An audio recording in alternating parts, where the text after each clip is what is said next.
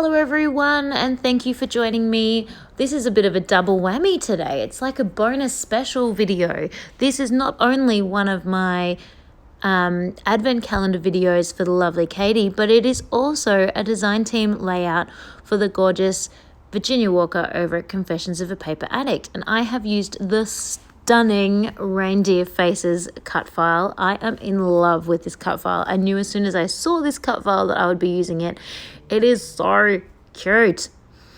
So basically I cut this cut file in 12 by 12 size. It's called the Reindeer Background, Reindeer Heads Background.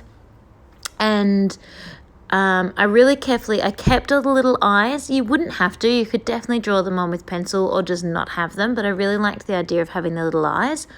And I chose a few different color reindeer skins. So I've kind of got a dark grey, a super dark brown, a sort of lighter color brown, just to sort of change up the different heads a little bit. And the noses, you can't really tell here, but you'll definitely be able to see in the close-ups. I cut out of glitter foam, and I did gold, silver, red, and white gold. I think I did 4 different colored noses, just again to change it up.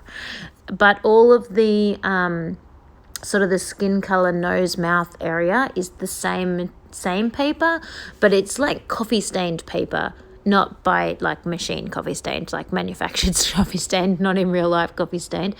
And so it's kind of patchy and discolored anyway, so each one still looked a little bit different. So loved this, loved it. I'm pulling a whole bunch of random ephemera from my stash. The Santa Claus saying ho ho ho is like the front of an old gift card. The Merry Christmas and the puppy dog is from our reject shop collection from 1, if not 2 years ago.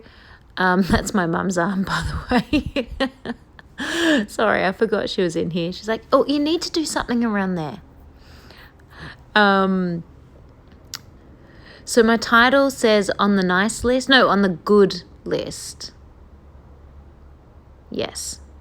Does he know, have you been good or bad? Yes, on the good list. So I went and got, from Mum's comment, I went and got some some tissue paper in silver. And actually it says love, I think, but you can't really tell. So I'm pulling all that off. I had stuck my photos down, but I just carefully pulled those up. That reindeer deliberately doesn't have a nose because I lost one. So once I saw where I was covering the page, I could pull that nose off and move it over to the missing reindeer. Silly Billy me. So yeah, I decided I'd put a little bit of tissue paper behind the photo and just add an extra layer there. But Mum was still thinking that that's not enough. So she's busily over to my right digging around in my Christmas drawer with all my Christmas supplies for scrapbooking to see what she can find, to see what I need to add to this layout. So I don't know if you can see, sorry, I don't know if you can see in the photograph, but Katie's got a little, oh, there she is. She's back again. She found some tinsel, kind of like tinsel ribbon. It's tinsel, but it's on a ribbon spool and it's super thin. And she's like, this is what you need. Something like this. So, oh, and look, you need bells. You need bells. God, my mum is classic. So I do everything she said because she's amazing. So I was busy here trying to see if I could thread the bells onto the tinsel, but that's just not going to work. So I end up getting double-sided tape and just adding the tinsel onto the back of my photos, and then I'm going to super glue the bells on later. So it is going to be quite a bulky layout, but because it's not going inside an album, I think it'll be okay to hang on the wall like that. So this is how I do most of my you know, like when you attach thread or you attach string or something behind a photo. Instead of trying to like just get it to stay there all by itself because that's too hard, I get double-sided tape and put that across, and then it has something to stick to. So there we go, all stuck down.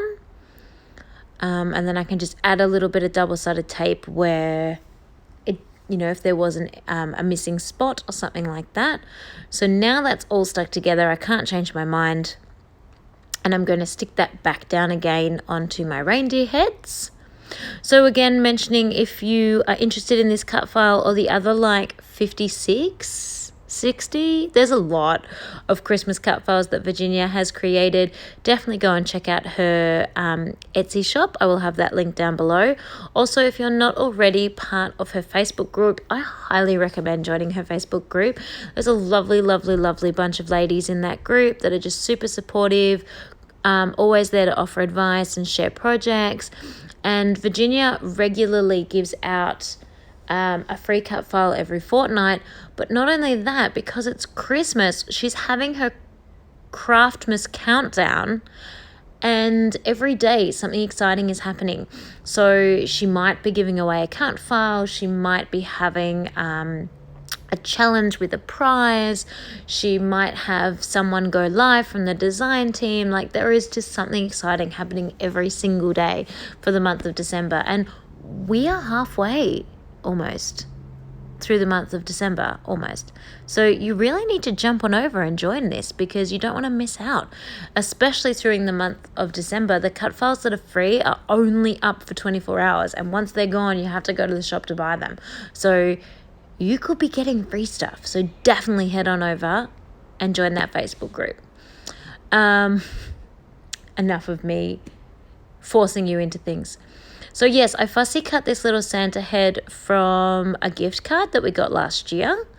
I just thought he was super cute, so I'd put him in my stash.